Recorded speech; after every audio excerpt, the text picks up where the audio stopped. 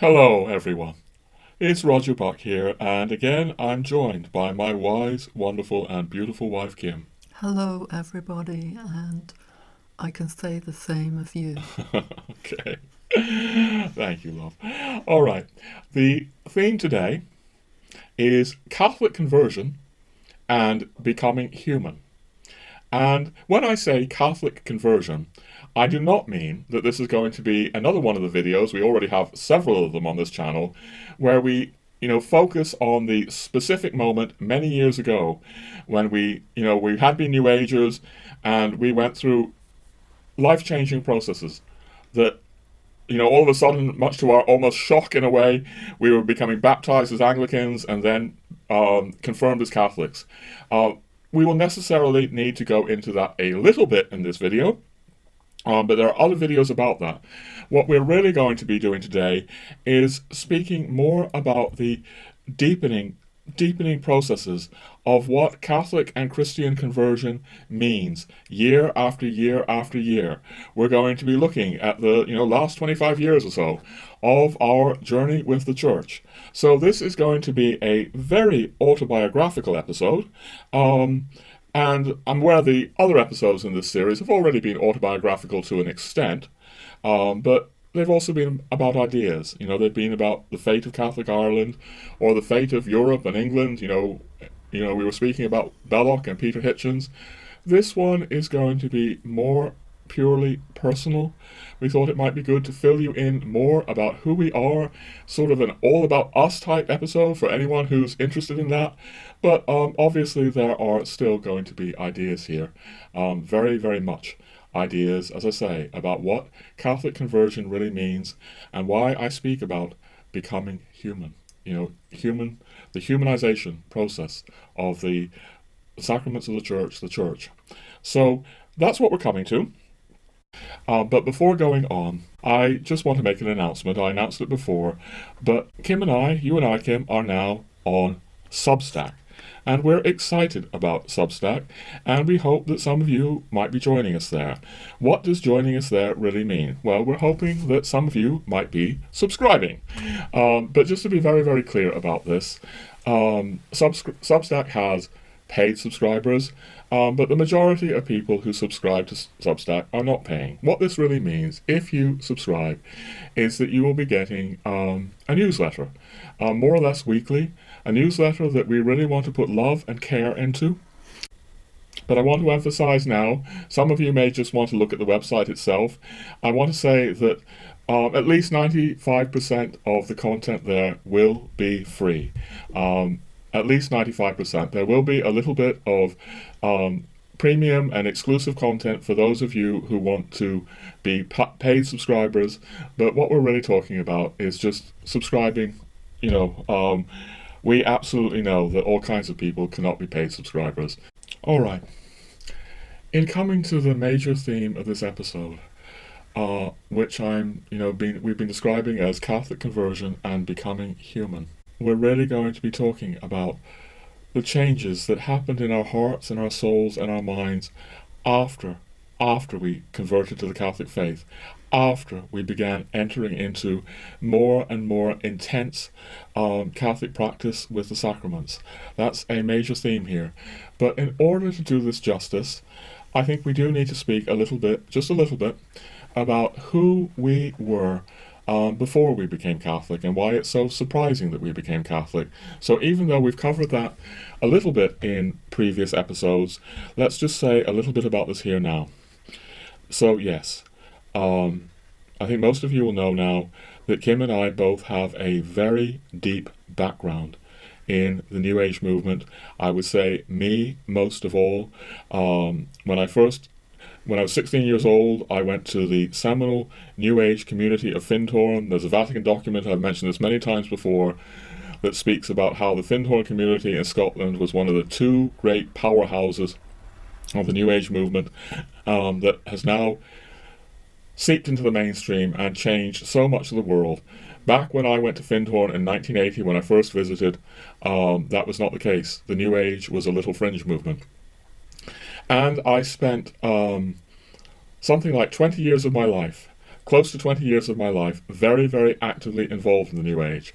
And as I've also been saying in earlier episodes, we're not going to rehearse it too much now, I now see the New Age as profoundly Eastern.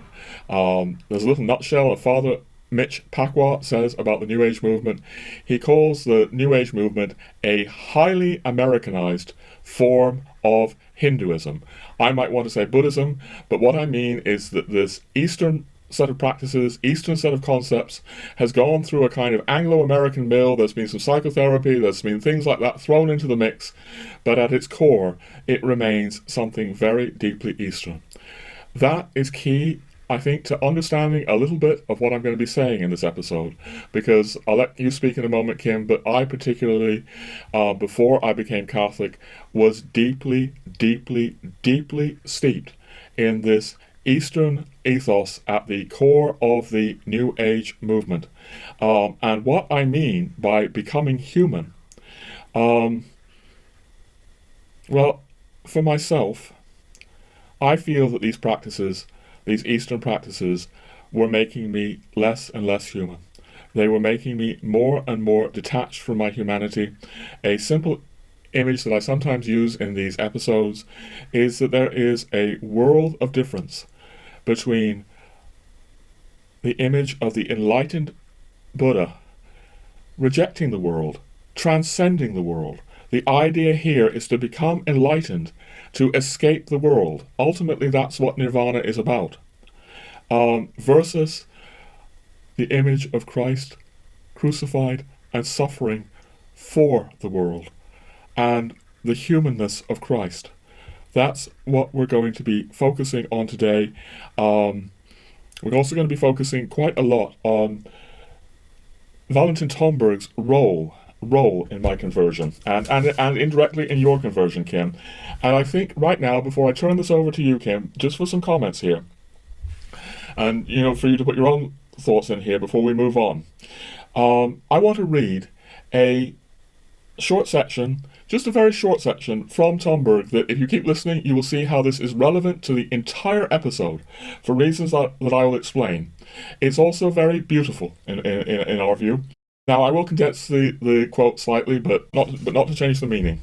Here we go. Tears, like sweat and blood, signify both as an expression and as a fluidic substance more than, he's saying, just the physical body fluid secreted by glands in the eyes. They signify also the subtle fluid of a spiritual nature which emanates from the heart. The expression to have tears in one's voice already points to inner tears, and the expression to lament one's weaknesses goes further in the same direction. The fact that there are tears of sorrow, joy, admiration, compassion, tenderness, etc., signifies that tears are produced by the intensity of the inner life. They flow, whether inwardly or outwardly, is not important. When the soul, moved by the spirit or by the outer world, experiences a higher degree of intensity in its inner life than is customary, the soul who cries is therefore more living and therefore fresher and younger than when it does not cry. The gift of tears was always considered by the masters of Christian spirituality as a grace from the Holy Spirit. For it is thanks to this gift that the soul surpasses itself and ascends to a degree of intensity of life which is certainly above that to which it is accustomed. I'm reading that for all kinds of reasons that will become clearer, but I've been speaking a lot, Kim. Maybe just be good to throw this open a little bit to you. Yeah. So, as I've spoken about in previous episodes, I too, and as you've mentioned today, dear Roger, that I too came out of the New Age into the church But unlike you, I was only in the New Age for a short time. I was studying horticulture and I became very ill. Something happened to me and I began to gravitate from an atheist background towards New Age practices for getting well. And there were people who introduced me to certain things, like meditation and so on and so forth. And finishing my horticulture, I was offered a job. A job in a beautiful medieval manor garden just close to Cambridge, called Hemmingford Grey. And I spent a couple of years or so living and working in that beautiful garden and house. It's the oldest continually inhabited house in England. It's also the setting of the Green No books, yes, which it's the some people might know. of the Green No books. Children's books. They weren't actually written for children. Oh, right. Oh, I didn't know they that. were Okay. written for everyone's imagination. No, they're by no, Lucy, Children of the Green No. Yeah, by okay. Lucy Boston. And my family knew her daughter-in-law, Diana Boston, and she was looking for a gardener and offered me the job. And from there, I encountered Roger in Cambridge and got more and more involved in the New Age. But I would say I was more pagan than you, in that I was interested in nature and the rhythms of nature and the Native American Indians. But, as you said, everything in the New Age, even if you're more pagan like that and more earthy, if you want to call it, there's still this Eastern, I don't know what to call it, essence through somehow. everything. Yeah. And something about the New Age is that it's like you've called it before, like a smorgasbord. Yeah. You go in, or a buffet, and you choose bits from here, bits from there, bits from there, and you will find that most people in the New Age are a combination of all these different bits. Yeah, yeah. And that they also wouldn't have problems with all the different bits. Yeah. So I had no problem chanting the Om and meditating. Yeah, yeah.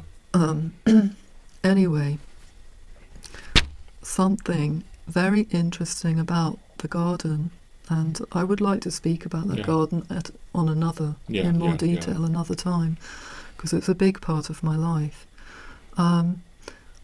The place I lived was built on the ancient foundations of the chapel that was connected with the manor house. And at the time I didn't realise this. But somehow I think it's significant. So this old English manor house from a time when England was still Catholic. It was Norman. Had a Norman chapel. Yeah, so they were French speaking. Yes, yes. And so yes, I met Roger, and we're not going to go into how we came together and everything. Yeah. But you first converted to Christianity. Yeah.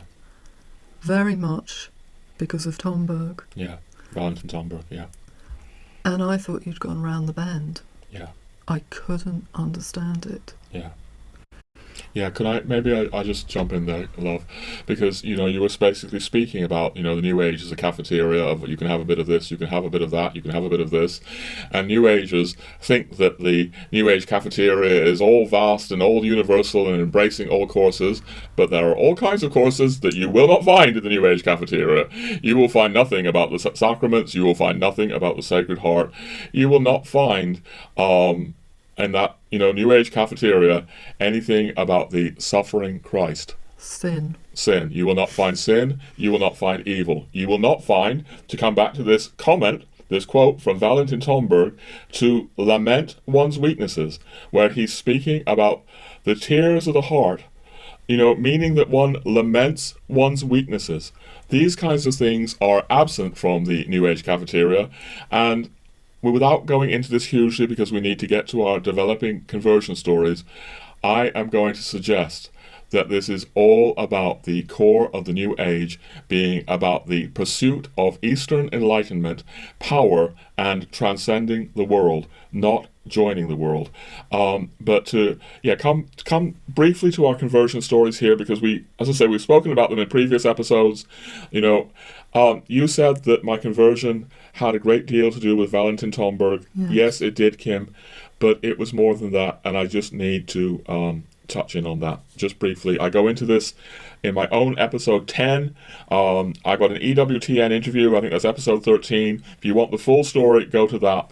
But trying to touch on this very briefly, after I had been in this very Eastern Theosophical New Age Findhorn type of spirituality for getting on for 20 years, in the autumn of 1997, really on one night, something happened to me. And really I can split the two halves of my life into everything that happened before September the 18th, 1997, and everything that happened afterwards. And you'll have to look at other episodes if you want to know what happened. But it was an interior experience where I realized that I was feeling something different than I had ever felt in all my years of Eastern meditation, New Age meditation. And it wasn't until a few weeks later, that I actually realized that what I was experiencing was Christian. But as a result of that September the 18th, 1997 experience, within just a few weeks of this, I was writing in my journal, I am a Christian. And this was like the last thing that you or I ever imagined I would be writing in my journal. I've really got it there. Just a few weeks later, I'm writing those words, I am a Christian, because I've realized that this inner experience had to do in some way with Christianity. Yes, and I thought you had lost the plot. Yes, because Christianity has nothing to do with the New Age cafeteria, smorgasbord. Okay, but I do want to bring Valentin Tomberg into this. Just to be very clear, Valentin Tomberg is the author of a book with a title that will sound troubling to some of you, and for understandable reasons. The title of the book, it's his magnum opus, is called Meditations on the Tarot. I need to say right from the beginning, this has nothing to do with, telling fortunes or divination through tarot cards or spreads of tarot cards. Nothing to do with that. But it is a book that expresses itself in a kind of esoteric and hermetic language. And he was the only way that I could begin to bridge into this new Christian experience I was having. Sometimes when I try to explain to people my connection to Valentin Tomberg, and he's going to come into this episode, I have to say to them that without him, I might be like a very liberal, very New Agey Anglican, but I would not be a Catholic, and I would certainly not be a traditional Catholic. Tomberg has brought me to this, and he plays a quite considerable role in what we're going to be saying about becoming more human, and that's partly why I put this quote from Tomberg right up at the beginning, because I think something that was happening, Tomberg had gone through Catholic conversion himself. He had begun as an anthroposophist, which means that he was in the kind of esoteric Christian school of Rudolf Steiner. More on that in the Tomberg episodes. But I found that this book helped me. And I think what really hit me is it was using some of the sort of esoteric concepts and language that I understood, but I was profoundly struck by this non-Eastern quality, by this very deeply human quality. I found reading the book, and I went into it more and more and more, again and again and again. I felt I was studying a very human man, a human man who knew how to lament his weaknesses, a human man who knew about tears, and that's a big part of the story here. Yeah. And it's strange because I remember clearly how you thought that we wouldn't stay together because you thought that you would be marrying a Christian. Yeah. And lo and behold, you took me to central Switzerland, Yeah. which is the Catholic part of Switzerland. Yeah. And as I've said in my conversion episode 2 of my own view, I began to wake up. Yeah. And I had certain experiences that brought me so fully to see Christ as the way, the truth, and the life. Yes. Yes, just to amplify that, Kim, and we do need to move on from this, but maybe I do need to amplify it. What you found is that here, you were in relationship with this man. We weren't yet married. You were in this relationship with this man who was suddenly and mysteriously interested in Catholic churches. And he was interested in Catholic churches because of Valentin Tomberg. So he was dragging you into Catholic churches. And, neither of us had ever been in Catholic churches before. But because of Valentin Tomberg and what Valentin Tomberg was saying about the Catholic Church, I began to be very interested indeed. And we went to Switzerland. And maybe you want to just touch on your experience in these Catholic chapels. There was one chapel. It was in a place called Brunnen in central Switzerland on the lake of Luzern, the lake of the 4 forest cantons. The beauty there is breathtaking of the lake and the mountains. And you took me into the chapel or the church in the town, right in the centre. And above the altar there was a large painting of a lady holding a church. And for some reason this painting drew me in. And I went right up to it, and of course I would have been very close to the tabernacle. Yes, yes. And I didn't know about the tabernacle. You probably didn't even know who the lady in the painting was. No. No. No, I didn't. Yeah, you knew nothing. You knew nothing about the church. I was drawn right up to gaze at this picture, and as I say, I'm gazing at it right in front of the tabernacle. And then I went and I sat at the very back while you were praying near the front in a pew. And I sat on a pew at the back of the church. And something happened to me. I began to feel something, a presence. And I have to say, it felt like a feminine presence.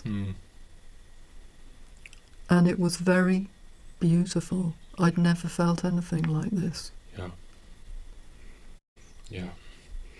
Yeah, and then maybe because we do need to move on, you then speak about another chapel in Brunnen. You go into it very beautifully in, I think, the second episode, which you've called From Atheism to the Sacred Heart of Jesus. I think that's the title. You really speak about another chapel in Brunnen that changed your life. But yeah, here you are in Switzerland, you know nothing about Catholicism except the fact that, yes, me, who you love, I'm now mysteriously and bizarrely interested in Catholicism because of Valentin Tomberg. But to just keep moving this along, I've spoken about this in other episodes, I think from my English past, my English parents, I had inherited a lot of anti-Catholic baggage. We won't go into that now, but I decided to be baptized. But at the time, I couldn't imagine being baptized as a Catholic. So I was baptized as an Anglican. I found an Anglican minister who, strangely enough, some people may think had been an anthroposophist. This is to say that he was very deeply steeped in the esoteric Christianity of Rudolf Steiner. And he was very happy to baptize me, for which I am eternally grateful. He later also baptized you, Kim, and he married us in the Anglican Church. So all of this was beginning to happen in Cambridge back in the late 1990s. I'm plunged in reading Valentin Tomberg deeper and deeper and deeper, and I'm not yet ready to be Catholic, although I'm dragging you into Catholic churches. But then what happens next, to just kind of quickly come to this, we've spoken about this in other episodes, but we then moved to Switzerland, and there are different reasons why we moved to Switzerland, above all reasons to do with extended family, which we won't go into here. But what I will also mention here, which will be relevant perhaps or of interest to some of the people on our channel who are listening to these videos because of Valentin Tomberg, is that we have met Dr. Michael French. Michael French is Tomberg's biographer. He recently, sadly and unexpectedly died. I've spoken about that in the Tomberg videos. But I considered him, before he died, I considered him the leading authority of Tomberg in the world. Yes, Michael French translated Tomberg's magnum opus from French into German, and through that process he came to know Tomberg intimately, and I have to say he was one of the most serious and deep people and inspiring people, as well as kind. He helped us enormously, people that we have ever met. Yes, that's right, Kim. I need to echo that, but I will just say it's not simply that he did do the German translation of Tomberg's great book. It's not simply that, but he really spent decades of his life working with Tomberg's legacy. As I say, he was Tomberg's biographer. He uncovered all kinds of things that people had never known about Tomberg. He knew so much about Tomberg. But what is even more important than that is that, as you say, this was a serious man. This was a man, a deeply, deeply, profoundly Christian man. I said I paid a little tribute to him in one of the episodes. I think it's episode 38 on Tomberg. But one of a handful of people that have most deeply impressed me in my entire life. And through a set of, well, frankly, I have to say, providential circumstances, we were led in Switzerland to meet Michael French, and we actually went to work for him and work with him, in a sense, in Switzerland, or on the German-Swiss border. Yes, he ran a small publishing company with his wife Eva, and we began working for them. Yes. And so lived close by. Yes. And it was from there we would go to Mass, Catholic Mass. Yes. With them. They were Catholic. Yeah. And we would go to Mass with them every Sunday. Yeah. And at that time we were very liberal Catholics. Yeah. We were sort of New Agey liberal. Yeah.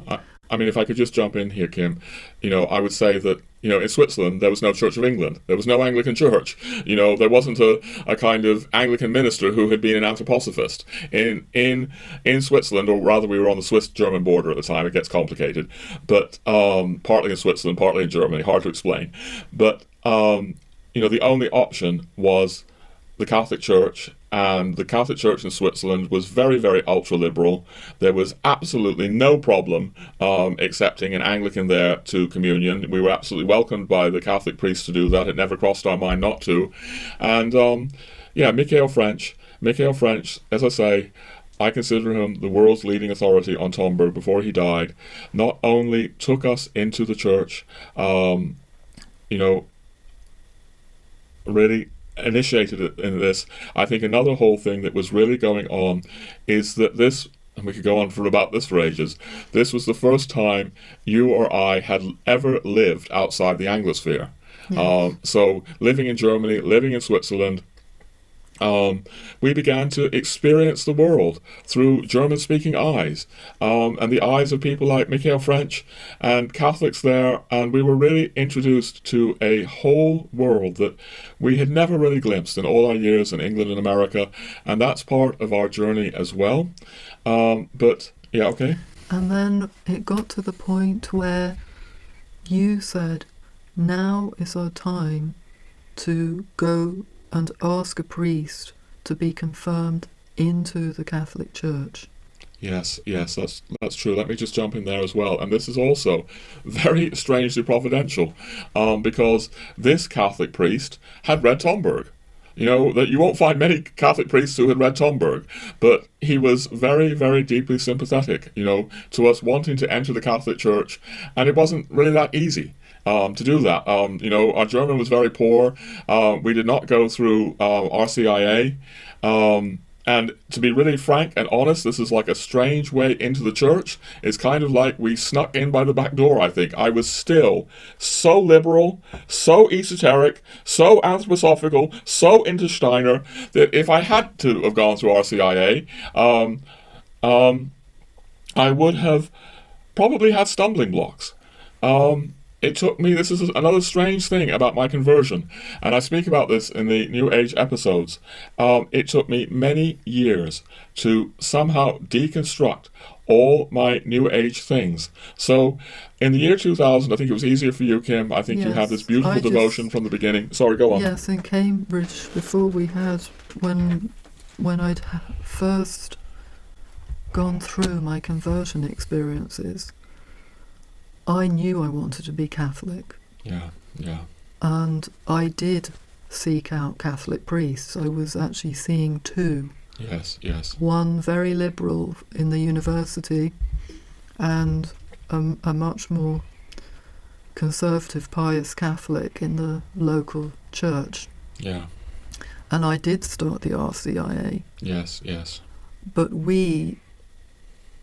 I'm not going to go into all the details, but there was a reason why I then was baptised by the Anglican priest. Yes. That you were. Yes.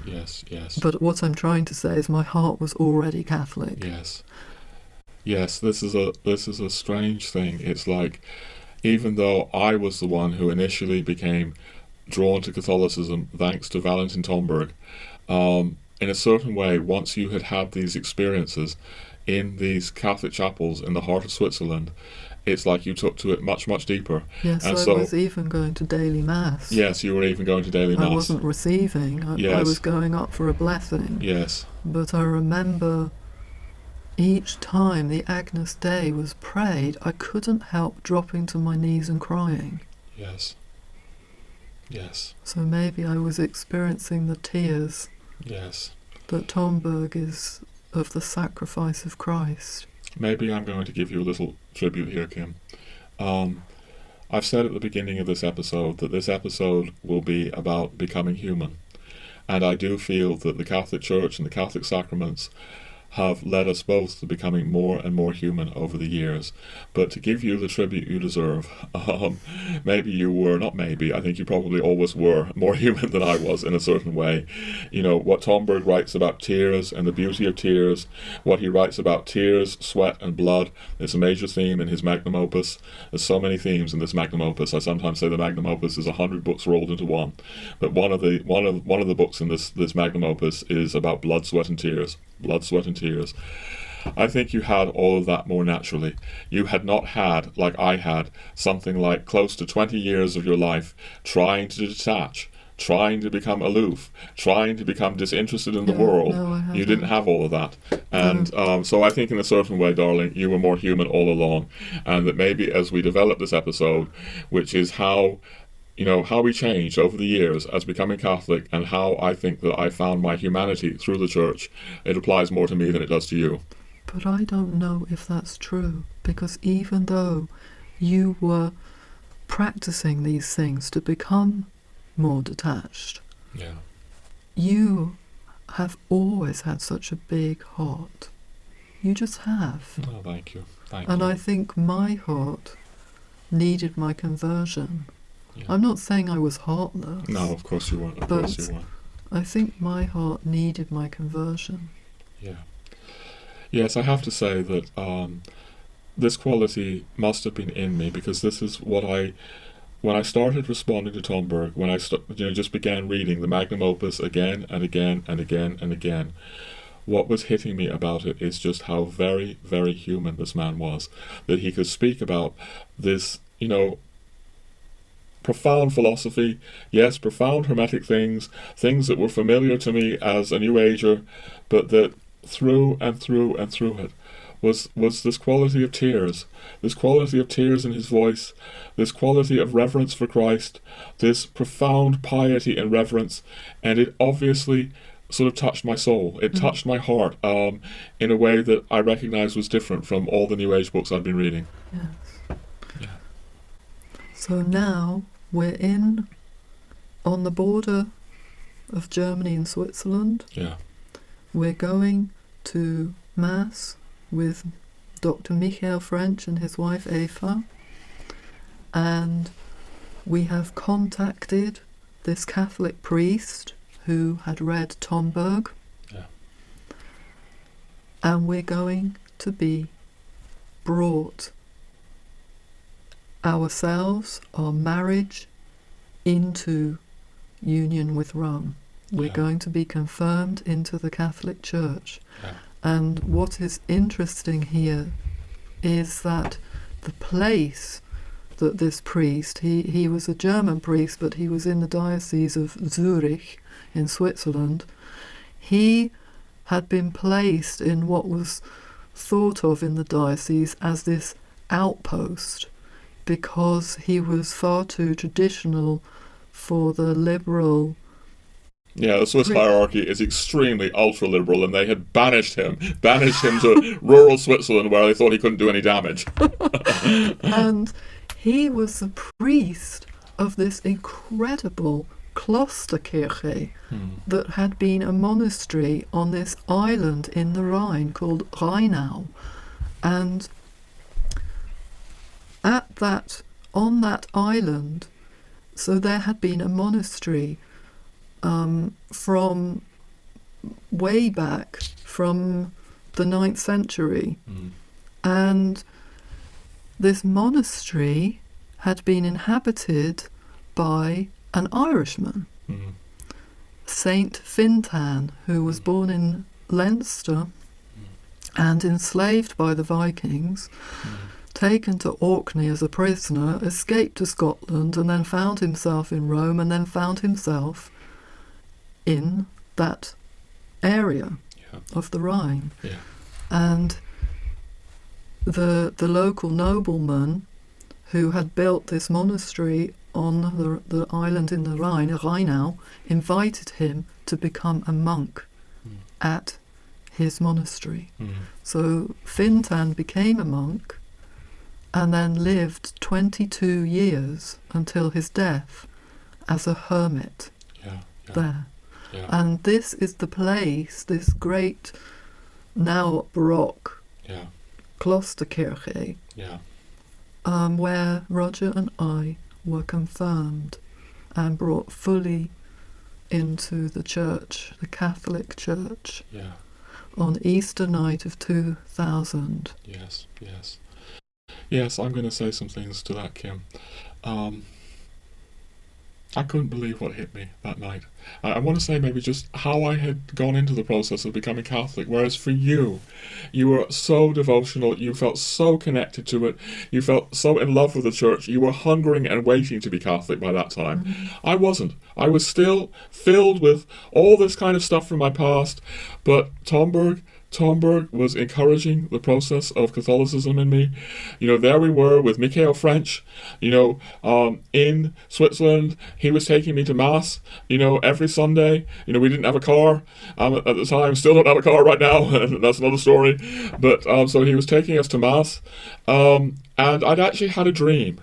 I'd had a dream that was like suggesting to me, and I've done a lot in my life like this. Certain dreams have spoke to me. I woke up one morning and I thought, this dream is calling me to take this plunge and become Catholic. But it wasn't it wasn't the same as you. I didn't feel the same devotion, and I certainly had all kinds of problems with the doctrine. This is why I said this strange thing, which may sound scandalous to some people, where I say that somehow I feel like I snuck in through the back door. We didn't have to do RCIA. That is kind of like a defect in our formation. Even though this, as I say, this particular Catholic priest of the, running the Klosterkirche, the hermit church that was there, even though, as I say, he was so traditional and conservative by Swiss standards, he'd almost been banished there. He simply put us through a system where he said, Roger, Kim, you read the catechism, I'll give you some lessons, and he found a way for us to be confirmed Catholic. And what I want to say is, as I say, your heart was surrendered to the church, Kim. Mine still wasn't, and I would go through years of battle. But I had gone in because of this feeling based on a dream that somehow I needed to take this step. I needed to be obedient to the dream, not necessarily obedient to the church in my mind. And what was just kind of amazing for me, nothing prepared me for this, nothing. Easter night, it was like we were confirmed in that church, and I felt this incredible rush of unexpected joy. I had no idea I was going to experience anything like that when, the anthroposophical Anglican minister had baptized, me in Cambridge. I'm very grateful to him. I'm very, very grateful to him. But I did not have this experience. The confirmation as a Catholic, that Easter night 2000, it's absolutely, utterly, totally unforgettable because I was shocked. I was shocked that it would be that powerful. Yes, I remember you couldn't wait to get to Mass again. Yes. It was like I suddenly was filled with an enthusiasm that I had not felt before because it hit me so powerfully. And something that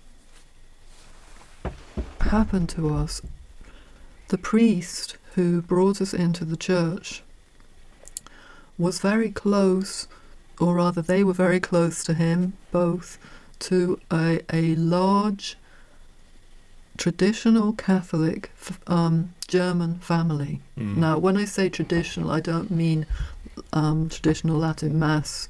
They would have certainly been sympathetic to it. But yes, they would. Yeah. And the priest himself was. Very That's sympathetic. where I first heard about the traditional Latin Mass from him. Yes. Because he wished he could celebrate it. Yes. Father Rolf was wonderful, but there was this family around him who prayed the rosary daily, who prayed many of the devotions, who ran a little Catholic publishing company themselves. Yeah.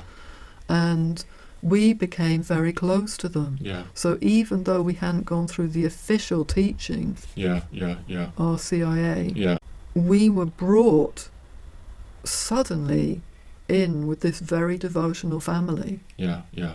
And they took us on pilgrimage. We would pray with them, and Father Rolf Reichler too. Yeah. And so we were almost immediately introduced to the Rosary. Yeah. And not long after that, the Rosary became a daily practice myself, privately. Yes. We had been praying it with Michael and Eva French. Yes, we've been praying Rosary. We've been praying it with them. But somehow this family took the faith to another level. Yes, we owe that very beautiful and traditional, German family on the Swiss border.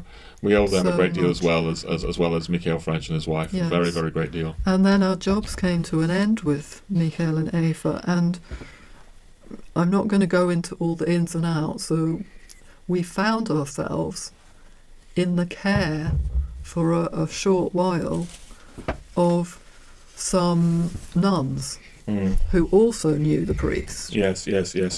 And we found ourselves living in the parish house, which was empty at the time, of this tiny village on the Lake Luzerne. This was in the heart of Switzerland. Close to Luzerne. Yeah. And so our lives were completely entwined with this group of nuns. And these nuns were also very traditional in spirit. They were celebrating the new Mass. Want to be... sorry, go on. What are you going to say? I just want to say, I'm trying to say, we were plummeted immediately into the Catholic world. Like, in a way, hardly any lay people would be in that situation. True. That's very true. First with that family, and then with these sisters. Yes, just to make this very clear, in case it's not.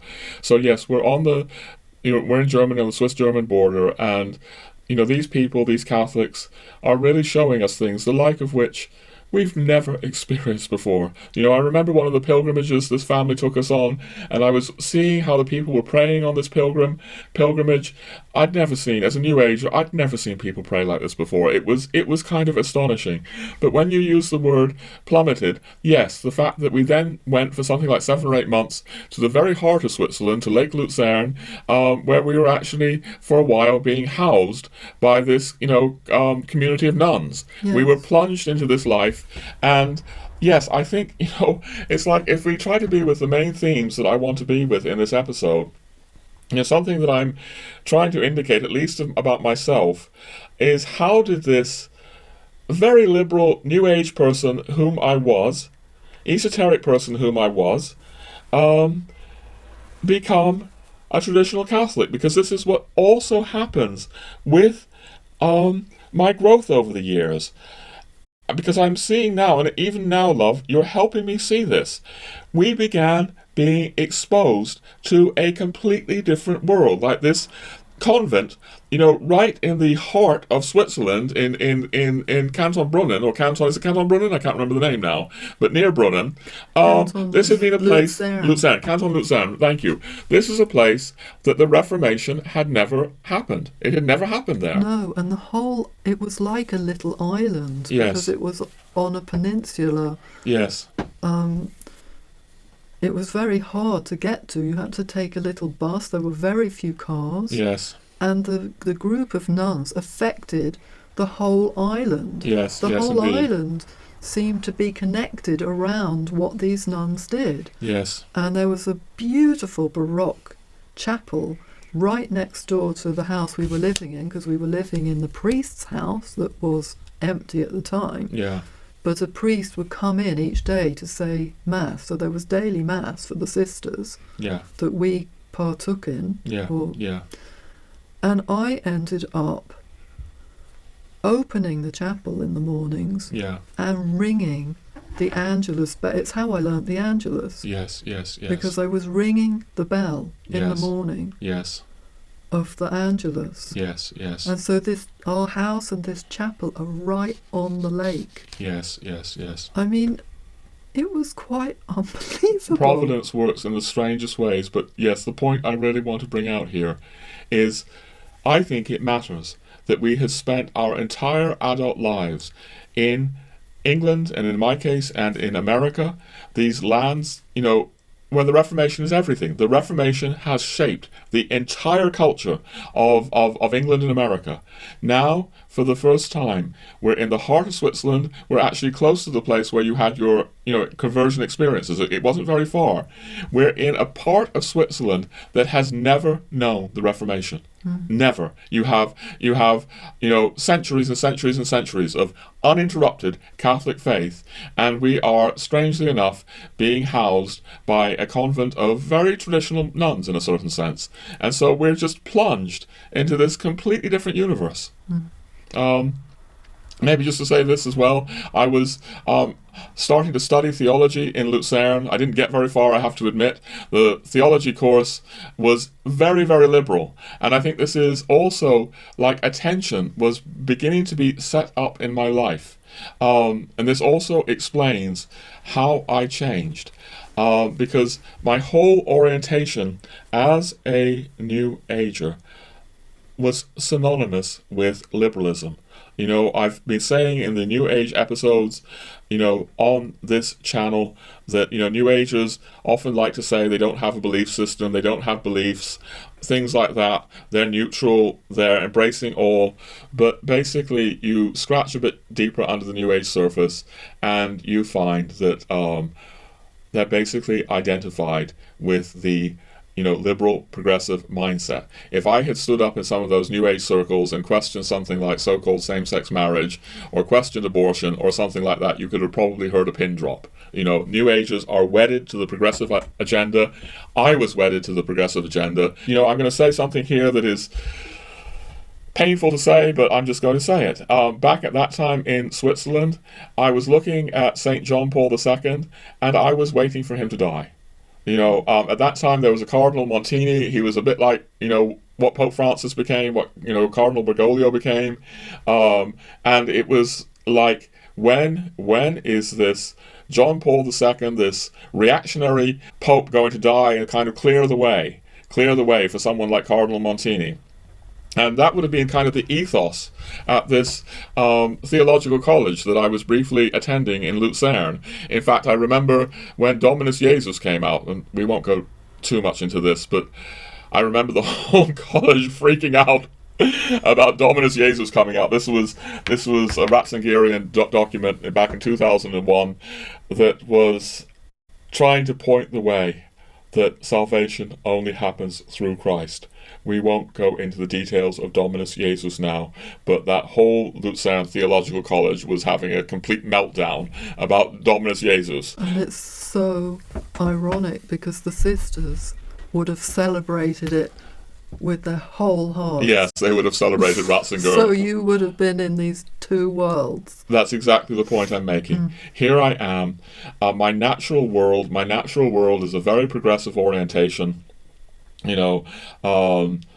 Basically I'm, come from a, very left-wing background. It's kind of like, by British standards, I'm probably kind of like a soft, mushy, centre-left person, but by American standards, I'm raving far left. That's the kind of world that I came from. And now I'm not. But I think part of what was going on there, Kim, is you were able to somehow just plunge into the devotion of these nuns, plunge into the devotion of this, Swiss priest we mentioned, into Tomberg, but banished to the far corners of Switzerland because of, his very traditional views. You were able to embrace this. I still had all this progressivism raging in my head. I had all this New Age stuff raging in my head. This will sound very strange to people, like, why were you a Catholic? Why were you a confirmed Catholic if you still had all this New Age stuff in your head? But I'd come through this very liberal kind of thing. I still had all that stuff going on in my head. This may sound very, very odd, and I guess it is very odd. I had become Catholic because in some way I was respecting what Tomberg was saying about Catholicism. I had become Catholic because you were diving into it more and more. I had become Catholic because I had a dream pointing to it, and I took it seriously. But I still had these parts of me kicking and screaming, and I was indeed kicking and screaming at Tomberg's conservatism, if that's the word for it. Couldn't bear it. And having said that so passionately, can you please tell everybody what happened to you when you bought Covenant of the Heart by Valentin Tomberg? Yeah, I've spoken about this before, Kim, but maybe it's worthwhile mentioning that before. So after Tomberg's magnum opus, his final book is Covenant of the Heart. It's now called Lazarus Come Forth. And I have this very, very distinct memory of this.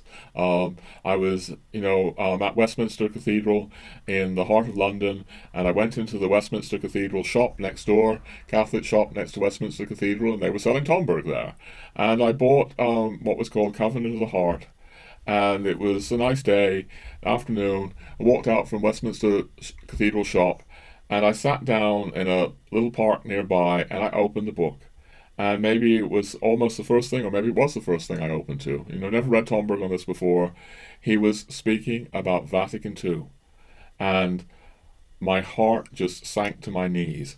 It's like, he was basically saying that a spirit of worldliness had invaded the church at Vatican II, and that Vatican II had failed to protect the church, against this spirit of worldliness. So just to be very clear here, it's not that Tomberg is necessarily criticizing the documents of Vatican II, but he is criticizing this deeply worldly spirit. And I had been, getting into Catholicism a little bit. I'd been reading Richard McBrien, of all people, and I was beginning to think that there was something in liberal Catholicism that I could relate to. And here is this man who, through, the magnum opus, is speaking so deeply to my being. And then I discover that he's into this whole thing that looked to me at the time so reactionary, so conservative. It was awful for me. Yeah. And maybe I just say this again. I think what's coming out as we speak, love, is that you are actually reminding me. It's like, as I'm looking at it now, divine providence brought us these experiences in conjunction. It's like I had the liberal theological college in Lucerne with all the people having the meltdown over Ratzinger, and we had these nuns. I was having these two worlds, a world that I naturally gravitated to, a liberal left-wing world, and this very traditional world, represented by Tomberg. And I was, I think, very deeply thrown and confused and didn't know what to do with it. So this author, Valentin Tomberg, this deeply praying, soulful man who has moved you so much that you followed him into the church, is now confronting you in this very difficult way. Yes, indeed. Yeah. Understatement. Yeah. And it brings to mind the library in our university in Wales, because I'm thinking of you reading Andrew Greeley and the books on Vatican II. Yeah. So you've jumped us forward a bit. Yes, I've jumped us forward. Yeah. I've jumped us forward a while. Yeah. So we came back from Switzerland, and we ended up both doing theological studies in Wales at a sort of college in Wales. Yeah. And we also ended up studying in Ireland as well, but we won't go into all the details there. But yes, we had these libraries. We had these libraries of liberal theological books in both Wales and Ireland. Yeah. But it was in our university town in Wales that we discovered the Latin Mass, the traditional Latin Mass. I'm sorry, I am just going to jump in. Technical deviation, you discovered it. I had a few weeks in New York City before that, and I went to my first ever Latin Mass. Oh gosh, yes. Yeah, in 2001, right after the Twin Towers fell, actually, in New York City, and I was very, very deeply hit by it. I can still remember that first Latin Mass. But yes, anyway, little digression there. You're right. We didn't discover it together until we're in Wales, 2003, something like that. And at that time, John Paul II, the Pope, had opened the door a little bit to the Latin Mass. Yes, he'd done that back in the 80s, but yes. Yes, that's what I'm saying. Yeah. So it was way before Summorum Pontificum, yes. Released by Pope Benedict XVI, Yeah. which opened the door Yeah. almost fully, if you like. Yeah. So this little opening had been made by Pope St. John Paul II. Yeah. And we found out by chance, is it by chance? Yeah. By providence, that in our town, our parish church was actually hosting the monthly Latin Mass, traditional Latin Mass, for the whole of South Wales. And we only found out about it because there was a priest we'd come to like in a place close by, and we'd gone there one Saturday to go to the Mass with this priest, and he wasn't there.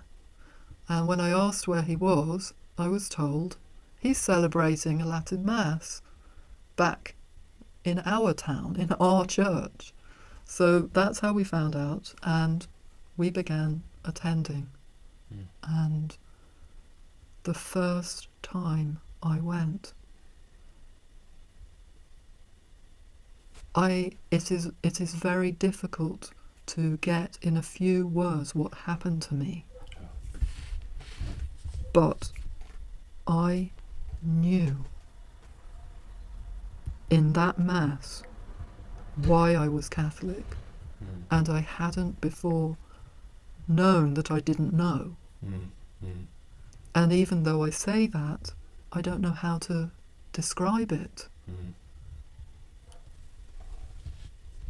I was in something in that Mass that had a clear beginning and a clear end, and all the way through everything moved and joined from one part, one gesture, one prayer to the next, like a seamless garment.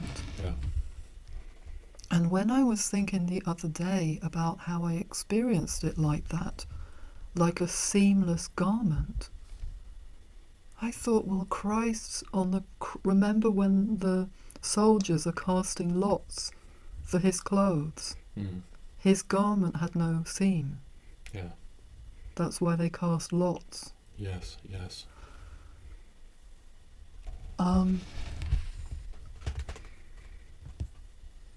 When you're a New Ager, well, maybe not all New Agers, but you and I were very serious New Agers. Yeah, completely committed. We had serious practices. Yes, yes. I would do my own form of prayer every day at a specific time and do certain things. Yeah. And when I went to this Latin Mass, it hit me because of its seriousness. Yes, yes, yes. I had not experienced, even though the priest who brought us into the church was very serious. Swiss priest, yeah. I had not experienced this kind of seriousness that had a gravity, that had a depth, that was beyond anything the priest himself could do. Yeah. And so it put me in mind of how much the new Mass relies on the priest. How that priest celebrates it is how that new Mass is going to be. Yeah. But this Mass, this traditional Latin Mass, the priest was reliant on it. Yeah. Because it was far greater than him. Yes. And as I'm saying this now, I'm thinking about something that Michael Davis speaks about in his books. He's something that then, at the Second Vatican Council, or after the Council, the Cardinal Ratzinger, who then became Benedict XVI, Pope Benedict XVI, he said something to the effect, and Michael Davis quoted it, that he saw how what had happened with the Mass had become a constant workshop because it was changing all the time. Yes, all this innovation, all this... Yes. Yeah. And so it wasn't like a set, I want to say timeless. That's what I experienced. I experienced the timelessness of something that was far greater than the priest, that was far greater than us, happening. Yes. That didn't depend on the priest. That, I mean, of course it did. He needed to be there as the mediator and as in the person of Christ. But it didn't depend on him being an innovator. It was greater than us. And it was happening between heaven and earth right there in that church. And we were all carried in it. There is so much talk about the need for participation. And to me, this is just ridiculous, because we were all part of that. Every person in that church and beyond were involved in it, were participating in this great event that was happening on that altar through that priest. He was leading us all. It was as though we were in this vehicle. He was at the helm, driving us back to paradise, driving us back to the Godhead. And it was so full, you can imagine hordes of angels participating, hordes of saints, and then the grace pouring through as this event happens between heaven and earth, where our prayers are going up and grace is pouring down, and everything in the environment is affected. Not just those in the church, the living and the dead, but I dare to say the land. And I think I've spoken about this before, but I have noticed that visiting traditional monasteries or convents who celebrate holy in the old rite, in the traditional Latin Mass, that... Yeah, just jumping ahead very quickly, I don't want to distract you because you're saying such incredible things, Kim, but later on when we lived in France, we did have the opportunity to visit monastery after monastery after monastery, or convent after convent after convent, that were only celebrating the traditional Latin Mass. Yeah, so that's been part of our journey too. Yeah. Often Benedictines, but then also in Ireland, Silverstream. Yes. There's a quality in the land around these places that it's as though it's really living. Thank you, Kim. Everything you've said there brings up quite a lot. I can imagine that there will be different kinds of responses with people listening to this. I think some people will be very moved and know very much what you speak. I can imagine that there will be others who might be listening who might be a little bit skeptical of what you're saying. And I want to speak about this. To a certain extent, not completely, but to a certain extent, I was also skeptical of you in the past, when you gave such incredible importance to this Mass. I couldn't see that, I couldn't understand that it could be, the things you were experiencing could be so missing from the new Mass, and something else that was sort of going on in my soul, so it's like I now had to struggle with you. By the time I was beginning to feel these things, I was changing, and I think I was changing because the sacraments, I was going more and more often. And, I came to a point, whereas, before I had dismissed St. John Paul II as, I'm very sad to say, I had seen him as this kind of reactionary fool, God forgive me. But I was really beginning to very deeply respect him and see him for what he was. And I was asking myself, well, there's this tiny fringe of the church that's into the Latin Mass. How come people as great as St. John Paul II or great as Ratzinger, whom I was also beginning to respect, why can't they see this? Now, as it happens, we know that when Ratzinger became Pope, he did all kinds of things because he was really saying that the catastrophe of the church, the disintegration of the church, had so much to do with the collapse of the liturgy. But at the time, I was thinking, I was skeptical, and yet I've learned over the years to take you more and more and more seriously. I feel that you come to these experiences very, very prayerfully. You live a lot of life in silent prayer.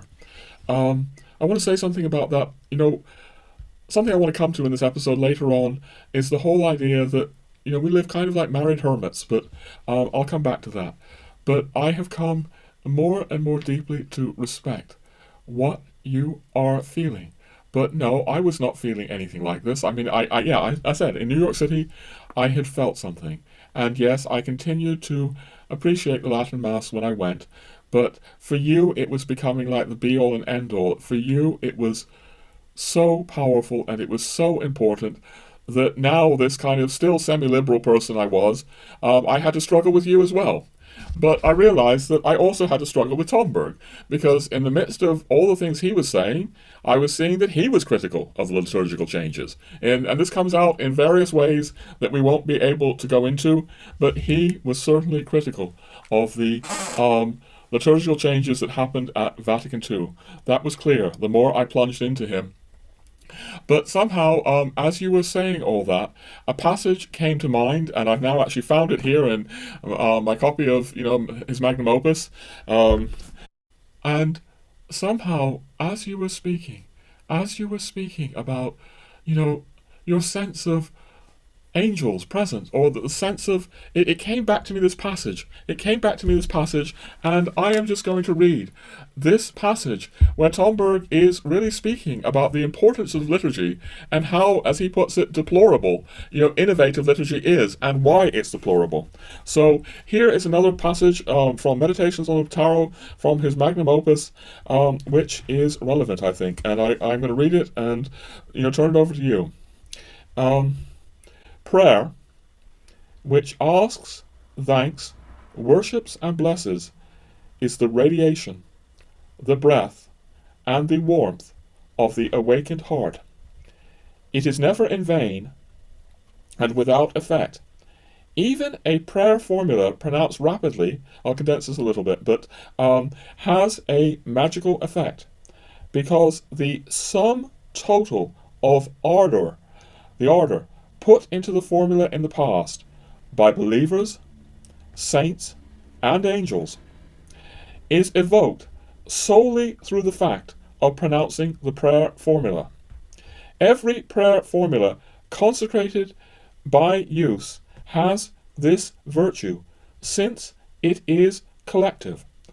The voices of all those who have ever prayed it are evoked by it and join the voice of he who pronounces it with serious intention. This applies above all to liturgical prayer. Each phrase of the Roman Catholic Mass, or Greek Orthodox liturgy, for example, is a formula of divine sacred magic. There is nothing astonishing about this, since the Mass and the liturgy consist only of the prayers of prophets, saints, and Jesus Christ himself. But what is truly astonishing is that there are those who improvise cults, prayer formulae, new mantrams, etc., as if something is gained through novelty.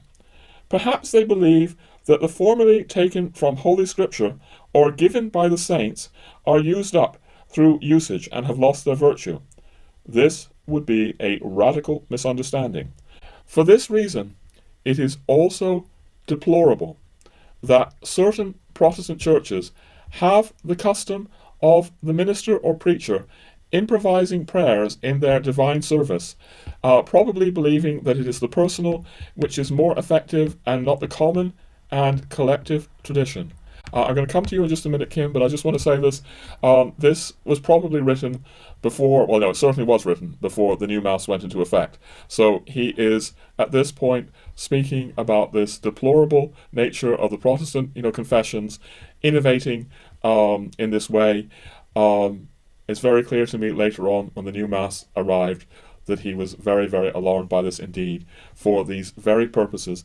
But he's speaking about how this kind of Mass, non-improvised liturgy, we now have this completely improvised liturgy, you were speaking about this, ad-libbing, kind of liturgy, or so-called liturgy. He's speaking about how, in this case, the prayers in the past of believers, saints, and angels becomes present. And I'm going to say this, love, I am not sensitive enough to feel this when I'm in the Latin Mass in the way you are, but I actually I actually think you are, and I think Valentin Tomberg was as well. And I wondered if you have anything to say to that. As I said in the last episode I put up alone about the death of Pope Francis and Traditionis Custodes, I said that sometimes I would go to the traditional Latin Mass and actually feel healed, that something was happening that you could put to what Tomberg said, an act of divine magic. But more simply and theologically, the Mass understood as it is, as the sacrifice of Calvary extended through time, where Christ as the Lamb is immolated on the altar in an unbloody form. Very simply put, this is the act of redemption, and that is the seriousness of what is going on. And I wonder if that is why I feel changed, healed, and the fullness after the Mass. It's as though the sanctuary is left with the fullness. And when you kneel and pray in thanksgiving and contemplation after Mass has just finished, that fullness is incredible. Like clouds of heaven present there in the sanctuary. And something else that Tomberg said in those words, that I think he says something to the effect of, even if it's the prayer formula is prayed quickly, or because I'm thinking about, there have been priests who would appear to be celebrating the traditional Latin Mass in a quite shoddy way, or too fast, or too... and there are certain priests we used to go to Mass with who were very fast and seemingly shoddy, but I would still feel completely different after those Masses than I have ever felt in a new Mass. I just want to say, love, some who hear you will be skeptical. Some who hear you will say you are naming their feelings. And this is something that's striking to me, that all kinds of people are feeling what you are feeling. I want to say that I'm still not as sensitive as this, but I want to say something. I want to say I'm still not as sensitive as this, but I have learned to take you very seriously. Now, there's one little distinction I want to make, and it goes back to something I said right in the very first episode of my channel, of our channel here. Those of you who know the channel may remember that I held up a sieve, like a colander, like a sieve, and I was speaking about the new Mass as like a sieve. Why was I speaking about the new Mass like a sieve? Because I was trying to make this distinction. You and I both believe that our Lord, Jesus Christ, becomes present in both Masses. And the truth of the matter is that we're not able to get to the Latin Mass. And over the years, we have been going daily, most times, to the new Mass. And we've suffered, a lot of dreadful liturgy over the years. But my point is that we went daily to this Mass, and this is also part of the whole deepening conversion that I want to come back to. The whole theme here of becoming human. We'll be coming back to why and how I feel I was becoming human through the church, and it has a lot to do with daily sacraments. But leaving that aside right now, leaving the daily Mass aside, you and I are both convinced that our Lord Jesus Christ is present in both Masses. What you are saying and pointing to is that all these prayers, all these additional prayers, all these things that the new Mass threw out, and in many cases, replaced by ad-libbing, or the priest, it has to be said, not being serious. And even I can see this. I can see that when the priest turned round and faced the congregation, it's like so many times we just see that he's comedian, or he feels like he needs to entertain. But leaving all that aside, a kind of common objection to what you're saying, Kim, and I want to, address this here, is, well, if Christ is present in both masses, why does it matter so much? Why does it matter so much? And indeed, love, this is what I would have been saying to you 15 years ago. Why does it matter so much if Christ is present in both masses? And I just want to say now, I come to you as a penitent. You were right and I was wrong. It matters a tremendous amount. And this is why I actually did I did the episode where I held up the sieve or I held up the colander, because by holding up the sieve or the colander, what I was trying to say is that Christ and grace become present through the Mass. You can look at that very first episode if you're interested. But the grace isn't always contained. So we may be, or will be, absolutely, sincerely transformed by taking his body and blood into our beings. But you were speaking about how after the Latin Mass you feel this grace filling the room. What we are both getting at here is that, with my image of the sieve or the colander, is that the grace drains away. It's like the new Mass doesn't have the same containing effect. And if you have a priest ad-libbing everything, being a comedian, yes, Jesus Christ is still present in that Mass, but something is missing. And moreover, Jesus Christ is obscured in that Mass, because this is what you were saying. You were saying that you noticed total seriousness, a very, very deep seriousness. And, part of our journey, and we're going to be coming to this, later on, is that we've had a number of years where we kind of traveled on the road, and because we were daily Mass goers, we would be going to Masses every day sometimes in different villages in France and Spain, and we would just see all of these things, people, Pink Floyd Masses and all kinds of things. Boardroom masses. Yes, we went to a mass once in France, where the priest gathered us all around a boardroom table and was sort of asking for our suggestions. And when you've been through the world and you've seen the many different ways, or at least been through Europe and seen the many different ways the Mass is being celebrated, you may begin to see that there is a real problem there. And this is really at the heart, one of the really key things that I want to do on this channel with you, Kim. Maybe it is the key thing, to be honest. It is the key thing, is to call for this Mass, because I come now as a penitent and I really say you were right and I was wrong. Thank you, darling. But I just want to put a note in here. I don't think it's a simple case of what you're suggesting with the sieve or the colander, that there are omissions in the new Mass, that the old Mass has been taken and just things have been taken out. Now, yes, that is true, but it's more than that too. The old Mass has been changed to produce the new Mass.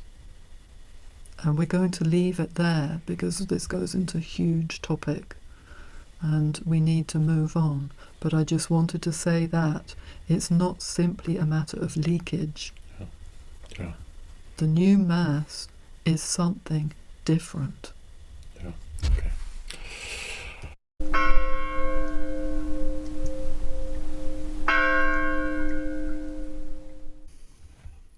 All right, ladies and gentlemen, it's the next day for us. It's only 5 seconds, 10 seconds later for you. But in this time, we've been reviewing what we've said, editing what we've said.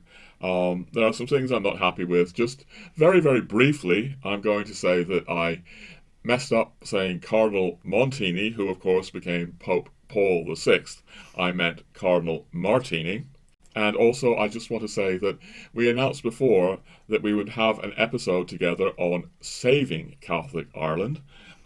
That's still to come. In fact, given that I said this episode is all about us, one thing I will say that's all about us, at least about me, is that things never quite seem to go to plan, and they take forever. So we have a number of episodes still in the works that I've been promising for ages. Now I have some deeper things that I want to correct as well. But Yeah, is there anything you want to say, Kim, before we get to the Yes, deeper things? before we continue, I just want to draw your attention again to our newly launched Substack, and you can subscribe and there's no fee, and of course that stays the same, but there will become a time where we put on the paid Substack subscriptions as well, because it has become necessary for us to do that in order to continue our work. And there's also the Buy Me a Coffee page, and both of the links are down below. Yeah, thank you, love, for pointing that out. Yes, we are doing the Substack and the Buy Me a Coffee because there is need. But I want to say again that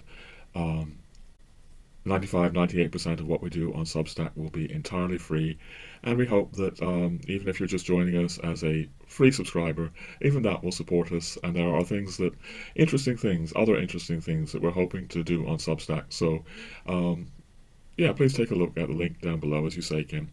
But anyway, now to get to the deeper things that I somehow want to correct a little bit that I said yesterday, and maybe add to and develop. Really, a very key thing that I want to convey in what we're speaking about here, Kim, is how Catholic tradition has humanized us. And that has everything to do with the daily sacraments. We've aspired for many years to get to the Mass daily. We're having a bit of trouble at the moment. It certainly has to do with the sacramentals, the rosary. It certainly has to do with the very, very human heart of what Tomberg was encouraging me towards, these processes of humanization. And I want to clarify that, but something came up as we were speaking, love, where you were sort of saying that, well, Roger, you did have a heart before you became a Catholic. And I don't mean to say that you or I were heartless, but I do want to clarify more what I mean by humanization through the Catholic mystery. And to do that, I just need to dive a little bit more back into the Eastern roots of the New Age. Another thing I wasn't quite happy with, and I'm going to say this, is that I was needing to speak about the New Age in very broad strokes because I didn't want this to be a New Age episode. I'm not saying that all of the New Age is exactly like this, but I want to say that I was very involved in the Eastern esotericism, the esoteric Buddhism that is sometimes called of Madame Blavatsky's theosophy, Alice Bailey's theosophy, that really is at the root of so much of the New Age. And what I found in Meditations on the Tarot, and I say there's 100 books in this book, is that there is a mighty deconstruction of theosophy. And that deconstruction alone helped me to become more human. I want to explain this. Tomberg, just generally speaking about Eastern religions, Hinduism, Buddhism, with their whole aspiration to transcend the world, well, he's really pointing out that at the root of these Eastern religions is the idea that there is an illusion, that they hold the idea that our separate self is an illusion. And, I'm just going to read a couple of little brief lines at Tomberg, two more lines that will help me get at what I'm getting at. He speaks about how these Eastern religions have the idea of false being or ahamkara, the need to suppress a false or illusory idea of the self. And then a couple of lines here that really hit me very deeply reading Tomberg. The characteristic of this mystical way is that one loses the capacity to cry.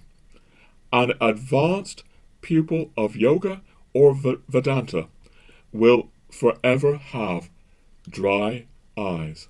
And then he goes on to contrast that with the way that, our Lord wept, say in the front, before Lazarus, our Lord wept. So much in this book about tears, about human tears.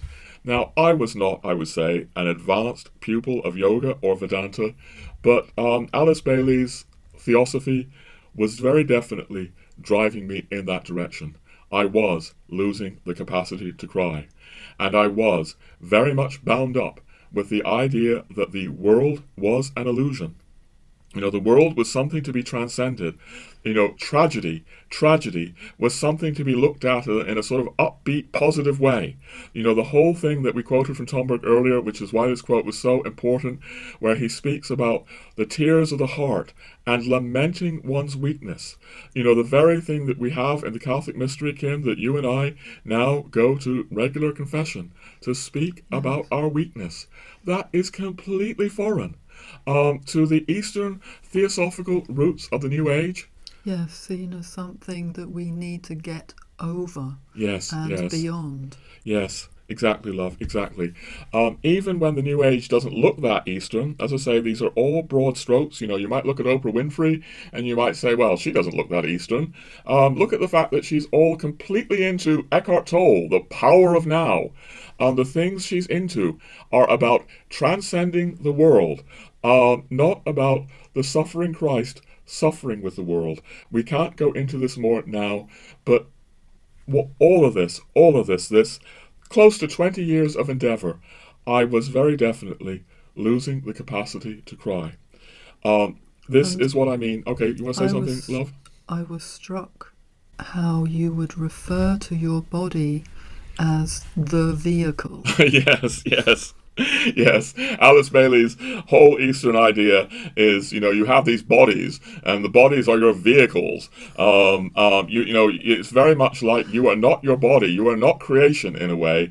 And actually, when you look at these bodies that you are, they're all illusion. They're ultimately all illusion. You are this true higher self, and it even begins to develop in ideas and strange twisting ways, which we won't get into right now, about what your lower self does, what your bodies do, isn't real. It doesn't matter. It isn't the real you. The real higher self is filled with love and light, and the lower self, you don't have to lament your weaknesses. That's a good point, love. Look, I'm just going to say this. I've mentioned this in the episodes. There's one called the Valentin Tomberg and the Occult Replacement of Christianity. And there's a shorter version of that episode, I think, called Eastern Occultism Without Christ, where I'm speaking about the fact that Martin Creela, who was Tomberg's very close associate, he chose to leave his literary estate to Martin Creela, and Martin Creela has testified that Tomberg was very aware in the 1960s of the New Age movement. He was very clearly linking it to theosophy, and he saw problems there with what Martin Creela calls it Eastern occultism without Christ.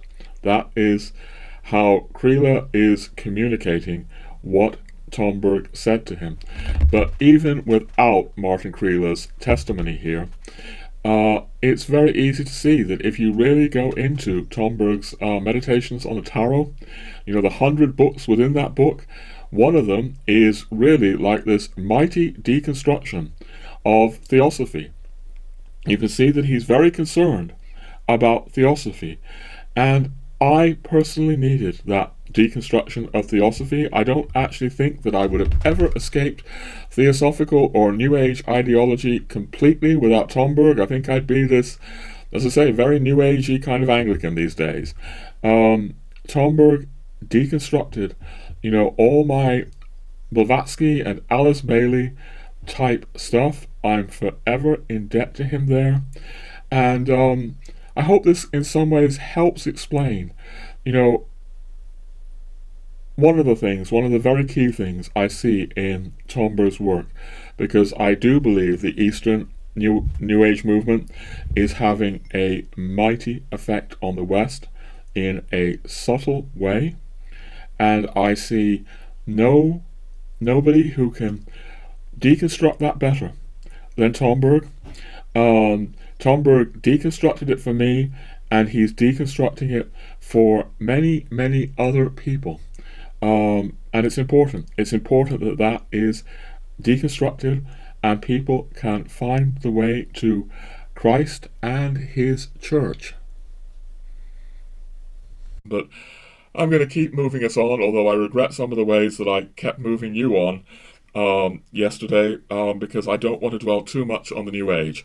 But I just want to say this is one way that I mean that Catholicism, the Catholic mystery, began to humanize me. It began to deconstruct all of that. Yes, Tomberg, as a profoundly Catholic thinker, was deconstructing it all, but the sacraments, the rosary, pray for us sinners, so different. This is deconstructing the New Age subtly dehumanized way that I was aspiring to there. But there's another thing I want to say. I also spoke about being very much on the left, far left by American standards, very, very progressive.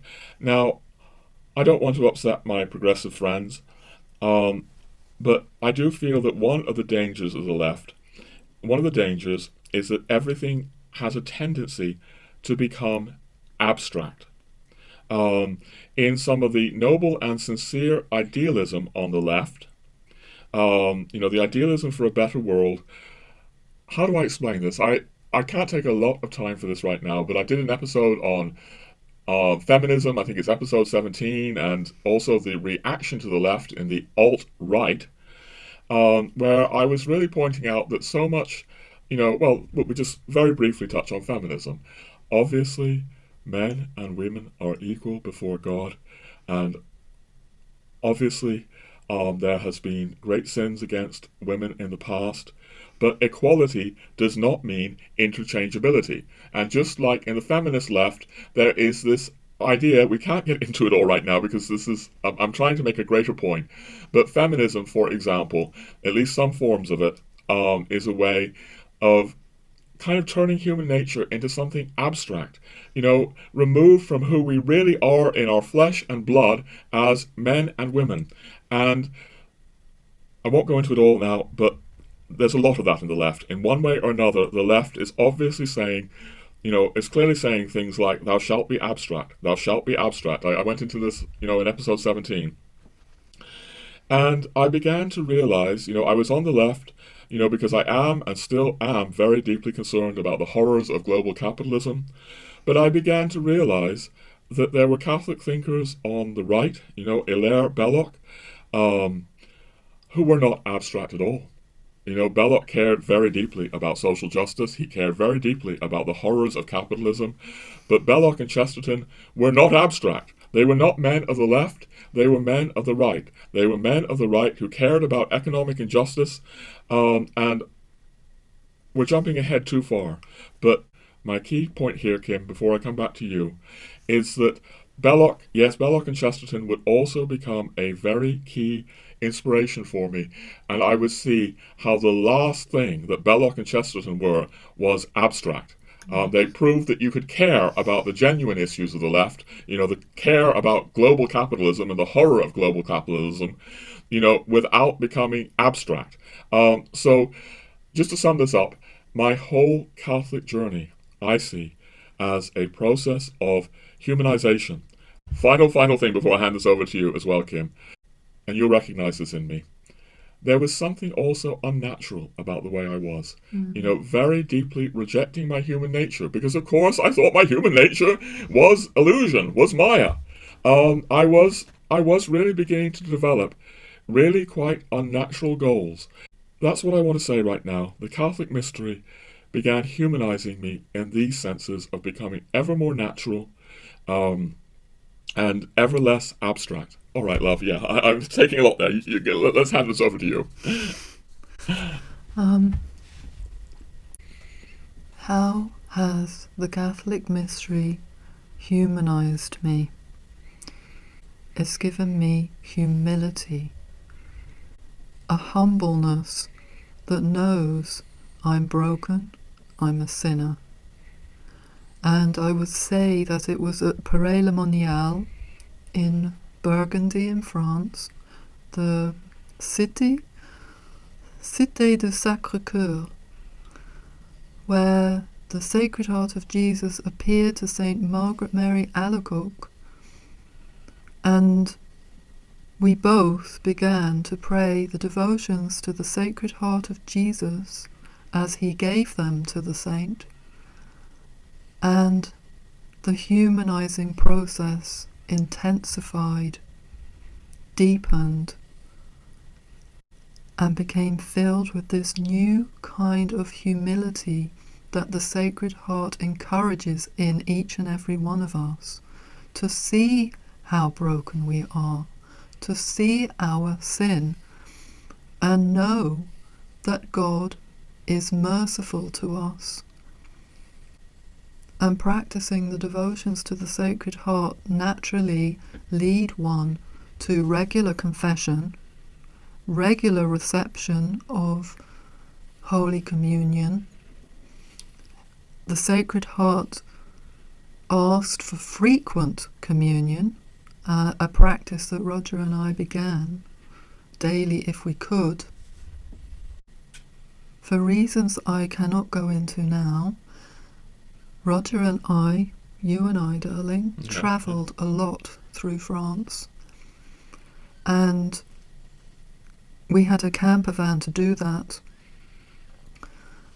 And we began to discover a world, a new world to us.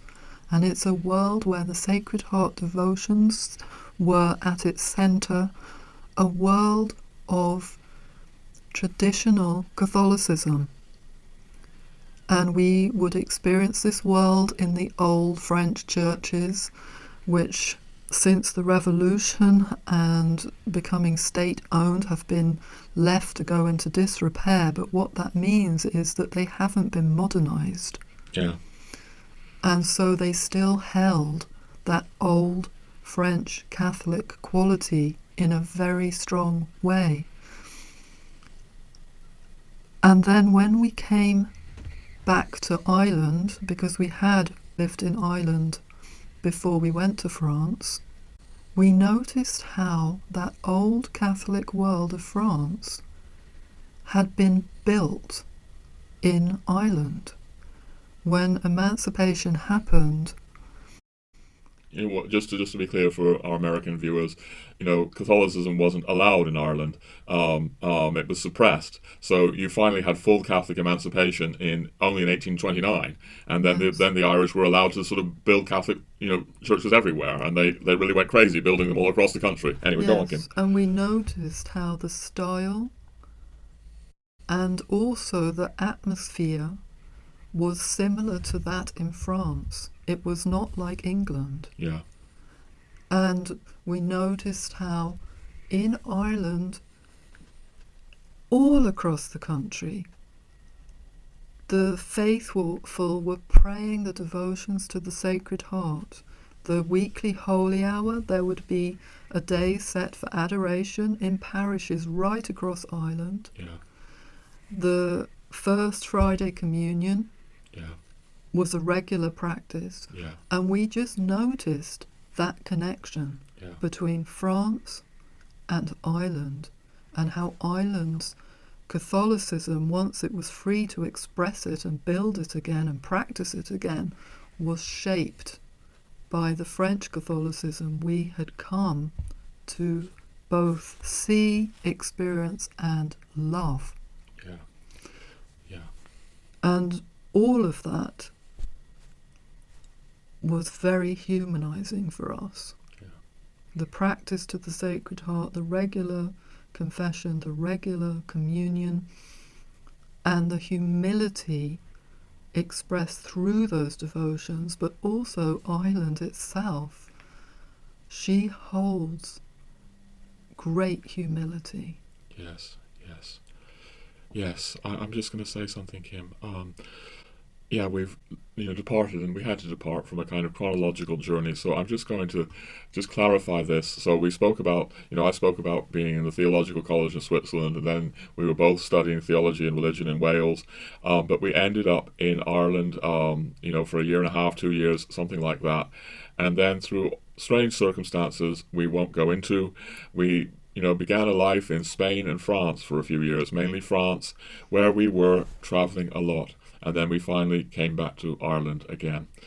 So that just clarifies the chronological thing there. But yes, something that we noticed in Ireland is how much the faith still is practiced. In France, we discovered these devotions, but we were always in places that were significant in terms of the faith, like Paray-le-Monial, where the Sacred Heart had appeared, or Lourdes, where Our Lady had appeared, or Pontmain or La Salette, where Our Lady had appeared. And when we would go out of those places, we would see the impoverishment of the faith in France, that, as we've said before, there could be a priest holding 40 parishes. So coming to Ireland, first of all, when we finished our studies at Mary Immaculate College in Limerick and were living in County Clare, and then we moved over to County Wicklow, we saw the fervent nature that the Irish practice their faith, and we were brought into that, praying the rosary with them, going to holy hours, daily mass if we could. And then we went off to France, and it was striking, the difference, as I've said, the impoverishment within the parishes across France. And so then coming back, having discovered Paray-le-Monial and these devotions and this old French Catholicism, a traditional Catholicism, as I've said in the chapels, we again saw how the Irish practice, and it is something we have never experienced in any other country we have either lived in or travelled in. And I think in Ireland, perhaps the Irish don't realise this, how unusual they are in the way that they naturally practice the faith, even now. Now the North maybe is still practicing the faith a lot more than the South. Yeah. Okay. Yes, love. I just want to say I'm very moved by all you're bringing here about what we've experienced in Ireland and what we experienced in France. We've said this before. One of our great blessings in Ireland when we were first here, over 20 years ago, we came here in 2004, were these elderly people who really conveyed to us. You had, in Wicklow, you had a woman who you really felt gave you the rosary. Well, you were already praying the rosary very deeply, in a way that, I'm not necessarily going to go into all of this. It was our original intention to do this. I was going to keep speaking about how much the struggle kept going on in me between the kind of liberal and still even New Agey side of myself and the Catholic side. I think that's going to be another episode, to be honest, now at some point. Kim, I'm not going to promise it's going to be another episode. Yeah, Kim's just he was just pulling an expression at me because I keep promising these episodes, and I've probably got to stop the promises because we have several episodes in the process of completion, and they take me forever to get done. But at some point, I do want to return here to this whole process, because in the process of really becoming Catholic, Ireland was a mighty part for it. When we first came here in 2004, Ireland began changing me.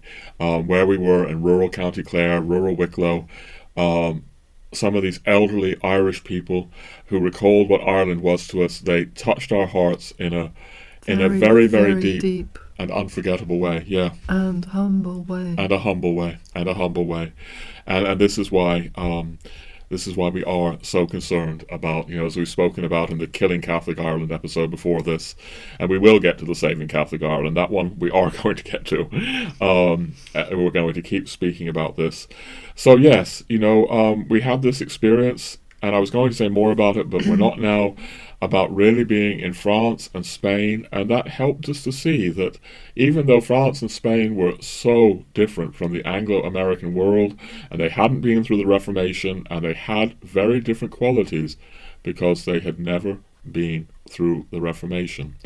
They did not have the intensity and, yes, I would say the humility of the Irish. It's like, yes, love, you've been speaking about how Ireland took on the devotion to the Sacred Heart of Jesus, that yes, this was born in France through the apparitions of our Lord to St. Margaret Mary Alacoque. And I'm going to say that you have a very special video about this, where you really Yes, go I into have. these, the Sacred Heart, what happened in Paray-le-Monial. Even though all of that was born in France, and we saw that, it's like when it came to Ireland, the Irish really went for it. The Irish I think the Irish went for devotion to the Sacred Heart of Jesus more than any other people, in the world. That is my impression. That is my honest impression. And that is obviously, related to our apostolate, which is called Cor Jesu Sacratissimum, Most Sacred Heart of Jesus. And that's to do with the fact that really our time, we ended up going to Paray-le-Monial something like 20 times as we were traveling. We've spoken about this in earlier episodes. I'm sure we're going to come back to it. But just very briefly, we both had life-changing experiences there where we really became, both of us, far more deeply Catholic. Even you, Kim. Most of all. I was able to overcome, very briefly, I was able to overcome these terrible, terrible conflicts that had been going on in me. I said this in another episode, but I will just say now, this is like 2008, living in France and in Paray. I finally went to a priest in Paray-le-Monial, and I confessed to him. That I had been a confirmed Catholic for 8 years, but that I had not really committed to the Catholic faith because I still had all this stuff going on in me. And there are very deep experiences that happened in Paray-le-Monial because that place remains so special. You can still feel, and I've spoken about this before, and you have the heart of Jesus in that place. Yes, and similarly, it is. Coming in and then leaving, you notice something different. Yeah. And as Roger mentioned, I have a video called Apparitions and Devotions, all about practicing the devotions to the Sacred Heart. Yeah. Yes, you do. In fact, I'm also going to plug one of my videos. Yeah, I mentioned the EWTN interview. The first part is all about my conversion from the New Age, with this lovely Irish guy called Paul Macquarie. But in some ways, I'm much fonder of the second part, which doesn't get seen that much or listened to because it's a voice only. And there I'm also in part 2, really speaking about what Paray-le-Monial did. And I'm talking about the fact that we were really suffering a lot at that time while we were in France for reasons, I touch on there, but we won't go into now.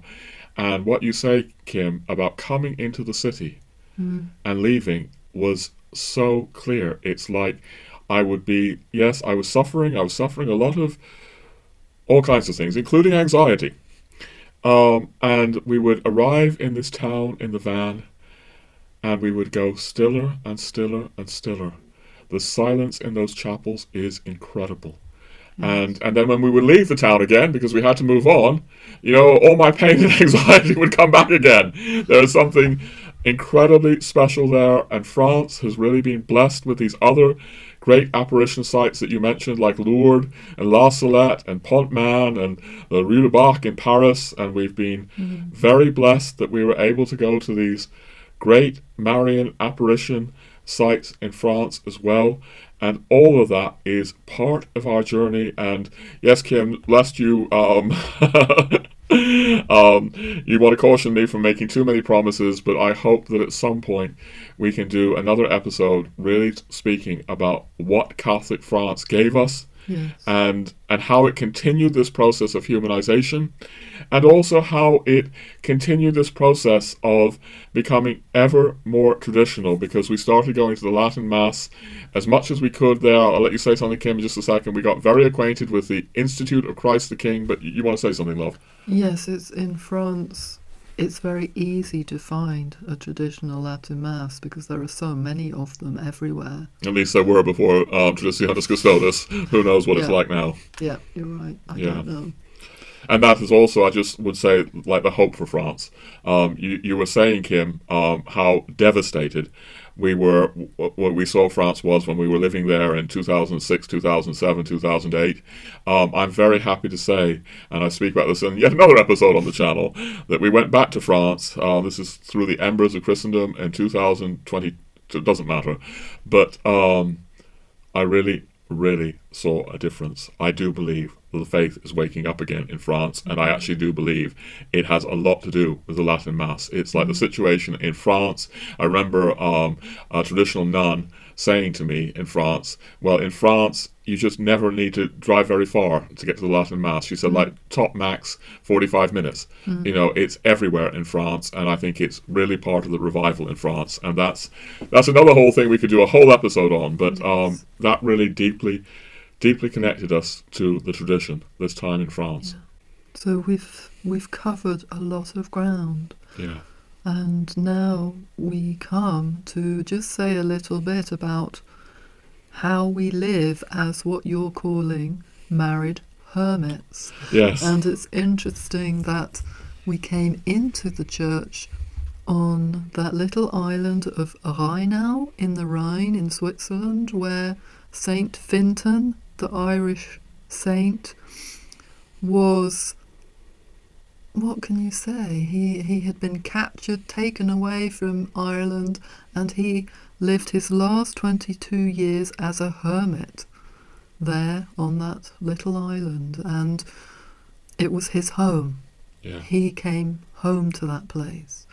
And you and I really feel we have come home to Ireland. So like St. Fintan, we are strangers in a way to Ireland. We are not Irish, but we feel Ireland is our home, and we live this very quiet life as married hermits, we could say, with a broadcasting, or rather narrowcasting tower. Not everyone will know this. I've just done a big episode on Pope Leo the 14th, and I'm very happy with that episode. But towards the not always happy with the episodes, but towards the end of that, I really started speaking about how you and I, Kim, do feel that we are hermits, and that married hermits. You know, we're not part of a religious order, but we, in order to do what we need to do in this world, a certain amount of solitude and isolation is necessary. We live in a very, very rural, isolated part of northwestern Ireland. You can't even get a mobile phone signal here, which is a great mercy for us. You know, at some point we might have to move. I don't know. And we will miss the fact that we are living in a part of the Western world where you cannot even get a mobile phone signal. It's a beautiful, beautiful thing for us not to have this. We do live, at one level, we need to live as hermits. I was speaking in that episode, but not everyone will have heard that, so maybe it's worth recapping that just slightly. I was saying that in order to do what I think we really need to do, and I was speaking about how I was really, I'm conscious that I'm 62 years old this year. We're getting on. You get to the end of your life, or, hopefully it's not the end, but one never knows. But you get into the latter part of your life, let's say the autumn of your life. You get into the autumn of your life, and you start really asking, what do I most need to do before I die? What do I most need to do? And we're not going to say a lot more about that now. I do say more at the end of the Leo the 14th episode. But we're asking ourselves that question, and we're kind of with a paradox. At one level, this life of isolation, this life of rural solitude, this life of as I say, not having a mobile phone and all these kinds of things. Pardon? Free of buzz. Yeah, free of the sort of hyperactive, buzzing modern world. is important to what we need to do. Except the bees, we have lots of bees. Yes, we still have, it's lovely in this part of Ireland, you still have loads of buzzing bees and loads of beautiful wildlife and birds and all kinds of things, where it's being ravaged elsewhere. But that's another topic, ecological destruction, which we won't get into now, another tragedy. But the point is that at the same time that, yes, we do live as kind of contemplatives and married hermits, at the same time, we do feel that this providential journey through the Catholic mystery, coming from the New Age to the Catholic mystery, to Catholic tradition, through these countries, France, Ireland, Spain, even Germany, these countries or places where, as I say, the Reformation never happened, has given us a very different perspective from many other English or American people. And it feels that as we contemplate what we need to do with the rest of our lives, we do need to offer these things in a way. So, you used the term, because I used it, love, a broadcasting tower. Through the miracle of modern technology, I run modern technology down a lot. I get very, very worried about what the French call GAFA, which is G-A-F-A, Google, Apple, Facebook, Amazon, and how these, American tech companies are dominating our world, as much as I'm very concerned about what GAFA is doing. I have to acknowledge the other side, that the GAFA world has given us this miracle. Google, with YouTube as part of it, has given us this way of, in a certain sense, broadcasting. Although I'm speaking about it as narrowcasting, but we won't get into that. We're hermits, I've been beginning to say to you, love, are hermits with a narrowcasting tower. So, look, we're going to finish up. There's a lot that we were going to go into about our continuing journey through Ireland and France that we won't go into now. I want to say a few last things before we finish up. I want to say something about comments, ladies and gentlemen. So many videos on YouTube start with these things like, make sure you leave a comment, like, subscribe on our channel, smack that bell. I don't suppose you even know what the bell is, Kim. No, I don't. Good for you. And I've always found that a little bit, slightly odious, if I'm honest. Slightly odious. But I would like to, if you liked it, if you like the channel, if you like what we're saying, I would like to ask you to hit the like button and, comment and subscribe. Kim, you and I are trying to go in some new directions with this Substack, and all of this will support us. So we do want to ask for your support by liking, commenting, or subscribing to the channel. It will help. It will also help with the dreaded, soulless YouTube algorithm. And yes, I will just finish off by saying we would very much appreciate it if you would take a look at what we're doing on Substack. We really are quite excited by it. Strange possibilities and potentials there that we've never seen before, in any other platform on the internet, and we're intending to make the best use of that. We're really going to be diving into Substack, but I think that's all we're going to say for now. Just